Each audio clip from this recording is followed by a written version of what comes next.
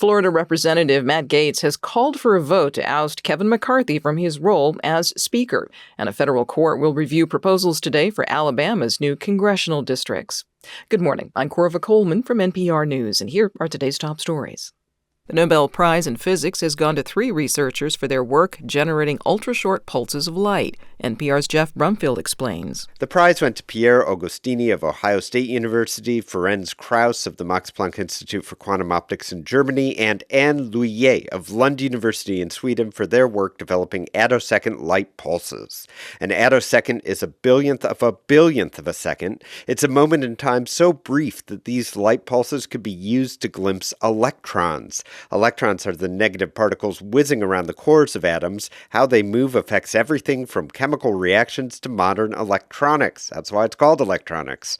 Seeing electrons even briefly was enough to win these researchers a Nobel.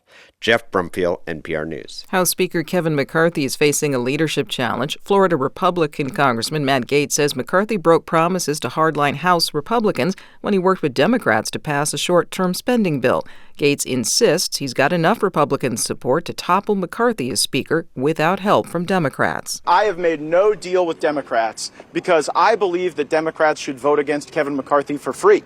It's Kevin McCarthy who's out there offering deals to Democrats. So if there's a deal made with Democrats, the only deal is to make one with McCarthy, because I'm not offering anything and won't offer anything. Other House Republicans have urged Gaetz to drop the challenge. McCarthy has told Gaetz to, quote, bring it on. A federal court hearing is taking place today in Alabama to review proposals for the state's new congressional election map. As NPR's Hansi Lo Wang reports, the hearing is part of a long-running redistricting fight that could help determine which party controls Congress after next year's elections. Republicans hold a slim majority in the U.S. House, and they may be overtaken by additional Democratic pickups in southern states like Alabama.